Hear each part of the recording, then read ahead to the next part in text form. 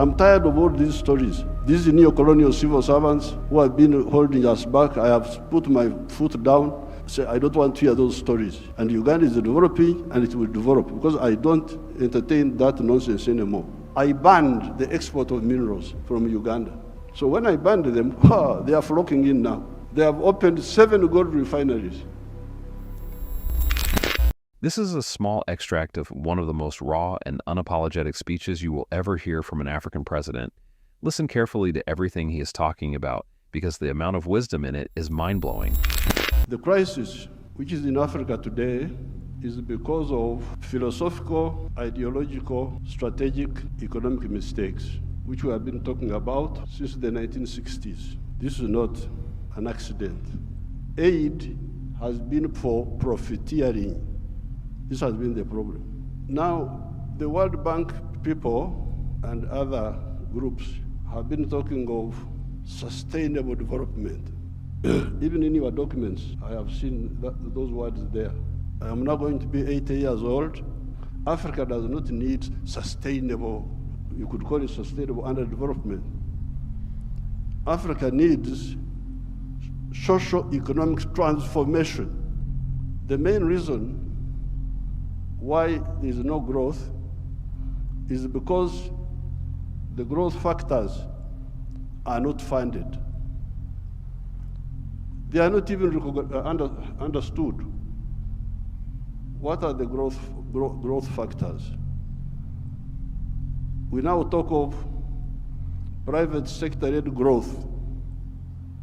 Yes, but for the private sector to grow, what does it need? It needs low costs of production. And what are the low costs of production? Number one, transport. You must have low transport costs. Where do low transport costs come from? From the railway. If you don't fund the railway, how will you get low transport costs? Wonderful people. Banco Mundial, IMF, all of this. Where will low cost operation come from if you don't have a railway? I have been here for the last 64 years. I've been watching as a student leader, as a freedom fighter, now as the leader of a country. How many railways have been constructed or funded in Africa? The few that have been was by China, the Tanzania Railway to Zambia, and recently, China, another one here in Kenya, and then Tanzania on their own, they are building a railway line. So, if you are talking of helping Africa, the railway, because if you fund the railway, you will have low cost of transport, and you can produce products which are cheap, which can be bought in the world. The second cost pusher is electricity. If you don't find electricity, and you talk about sustainable development, what are you talking about? Private sector-led growth. Electricity, we must have low-cost electricity, not exceeding 5 cents per kilowatt hour. That's what I insist on in Uganda. I'm tired of all these stories.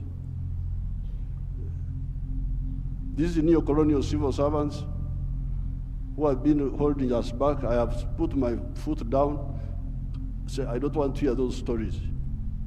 And Uganda is developing, and it will develop, because I don't entertain that nonsense anymore. Borrowing for what? Capacity building. Imagine seminars. They call you in a hotel, you eat chapati, you eat mandazi.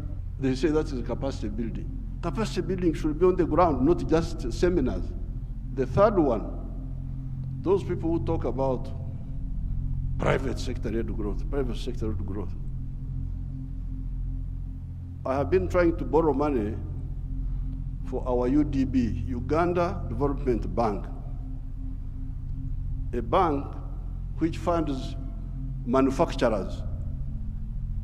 No, I don't get support for that. Instead, they want me to go, my people to go to commercial banks. But commercial banks cannot give, those commercial banks are to encourage imports, because the only person who can borrow money and pay it back from a commercial bank is a trader who goes to China, goes to where, Dubai, brings products, sells them quickly, and pays back. So, if you are serious, I needed to hear about the low-cost funding for manufacturing, not for stories, not for what, no, manufacturing. How about funding for irrigation? So in order to stabilize, I've been trying to look for a loan for irrigation. I can't easily get it. Very difficult to get. A loan for seminars, very quick. The civil servants, what? Now finally, Uganda is a very rich country. But one of the problems we were having was that our people were outside the money economy. They were in what they call subsistence sector. They just produce for eating, produce for eating, produce for eating. So I was looking for money. Please give me money to give coffee seedlings to these fellows who are just producing for the stomach, so that they can produce for the stomach, but also produce for the pocket, so that they join the money economy. You cannot imagine that by 2013, a few years ago, 68% of the homesteads in Uganda were still in the subsistence sector, in the non-money economy. You audit your countries. What is the situation? What is the percentage of the people? So I had now to use my own money because I couldn't borrow money from anybody.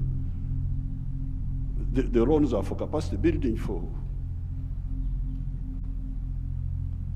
I don't know, sometimes they give for ICT. So we said, no, everybody must be involved in the money economy. We couldn't get any support for that. But we funded it ourselves. Each year, we spend about $300 million of our own to make these villagers join the money economy by producing for the stomach, but also for the pocket.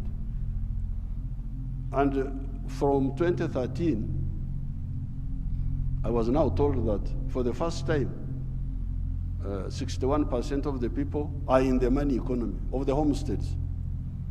It is only 39% that are still out. You imagine those are still there, just eating, no money.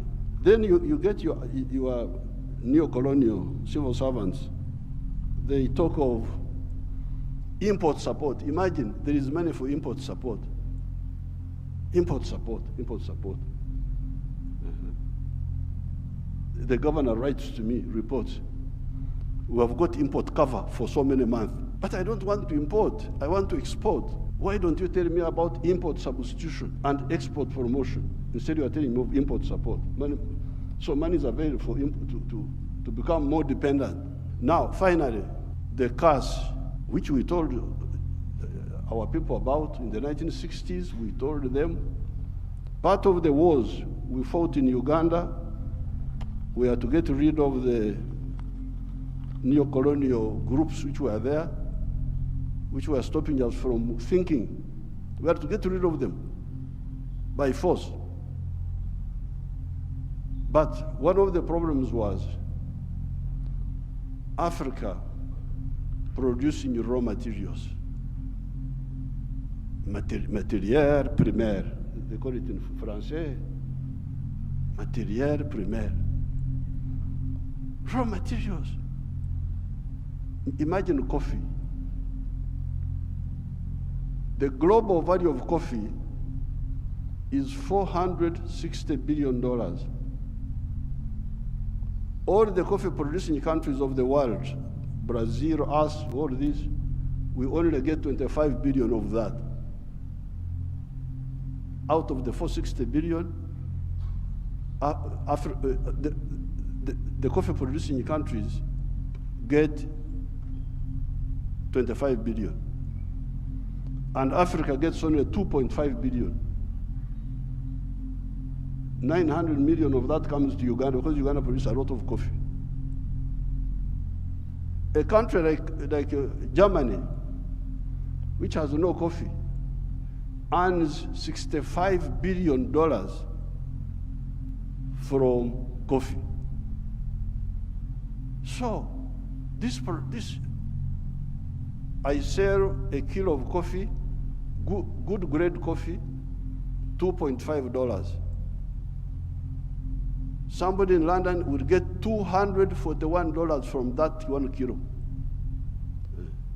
Okay, there are other costs on the way. I don't want to, because he's the owner of a restaurant and so on. But coffee roasting, coffee grinding, coffee packing must happen here in Africa. Must happen at source.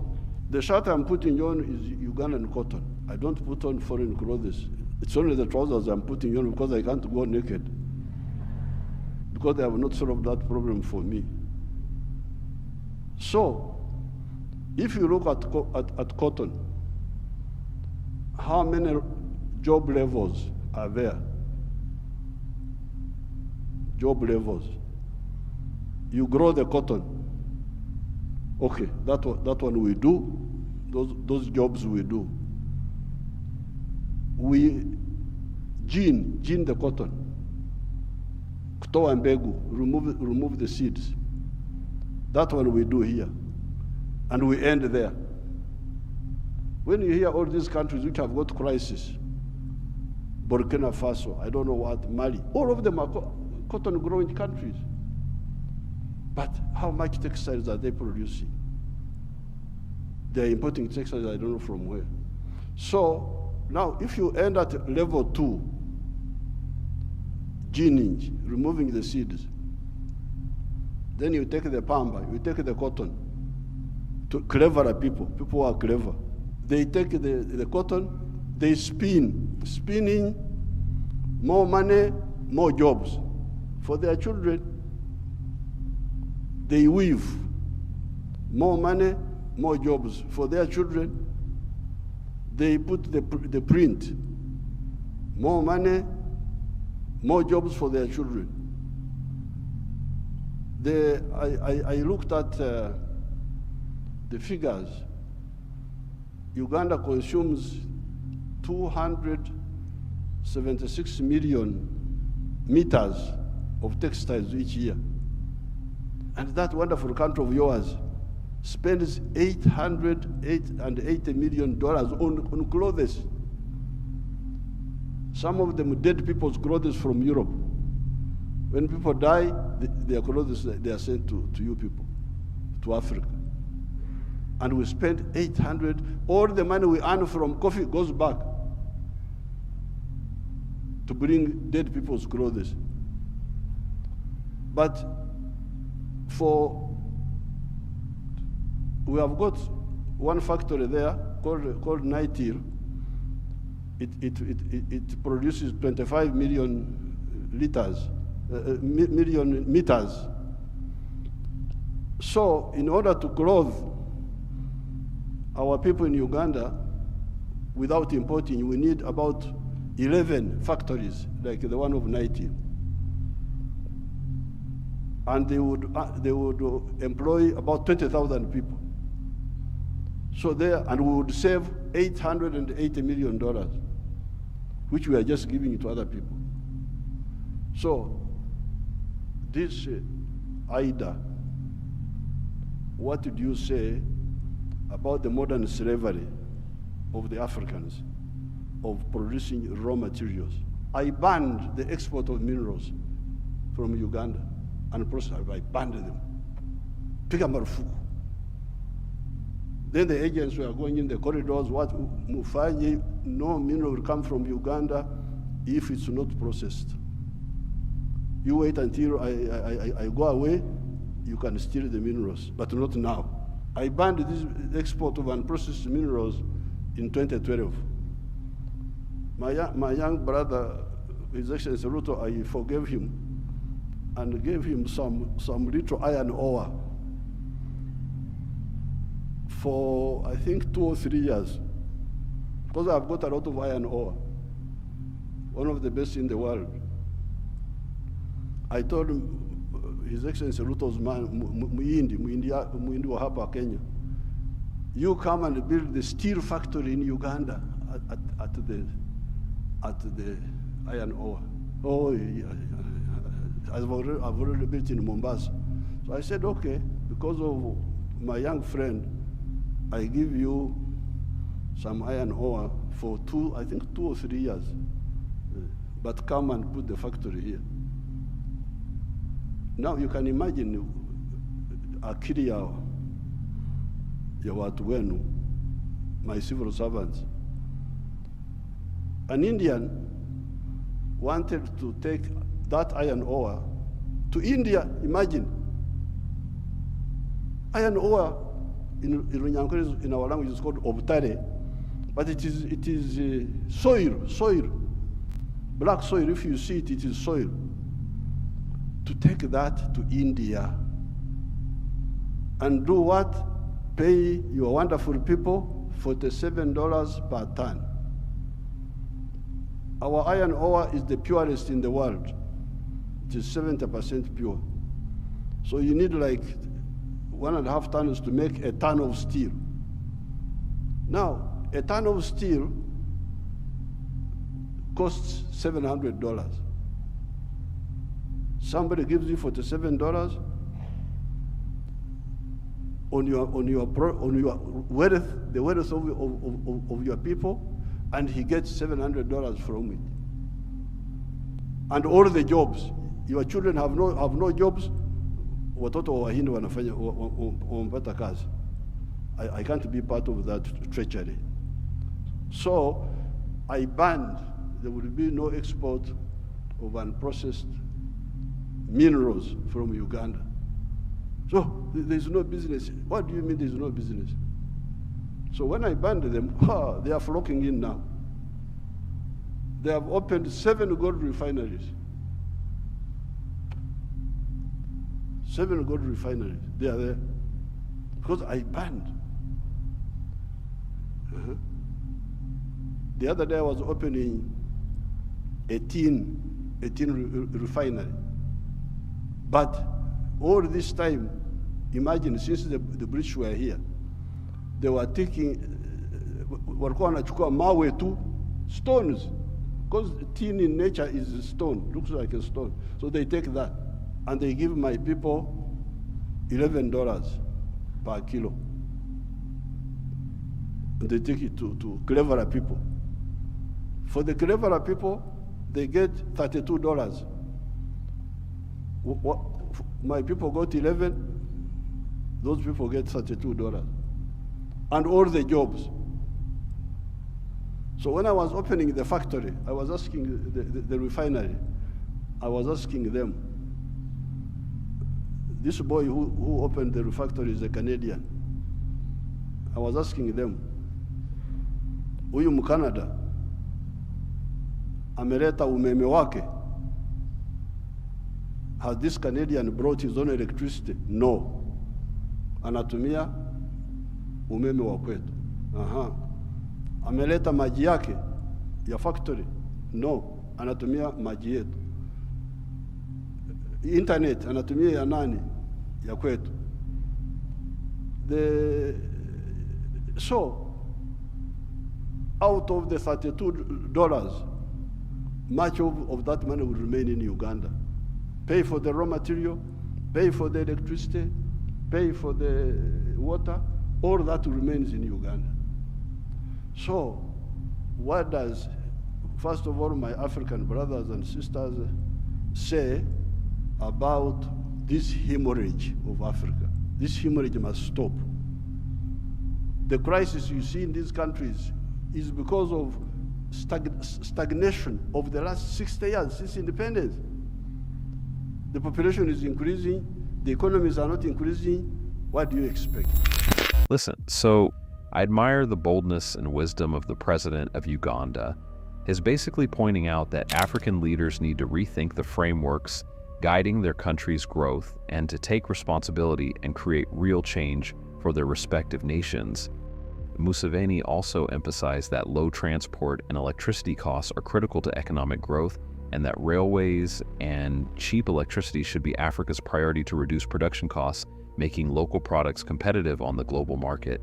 The big question that we should all ask ourselves is, why is funding or aid not going to these essential projects, but rather all the money is wasted on non-important projects? Like Museveni pointed out in his speech, he mentioned so many issues that his country has been facing and some solutions that have worked for them. Anyways, at the end of it all, Museveni's speech was powerful, but will it really challenge or inspire other African leaders to take ownership of their country's growth and build economies that benefit Africans first? If you enjoyed this video, hit that like button and subscribe for more videos like this.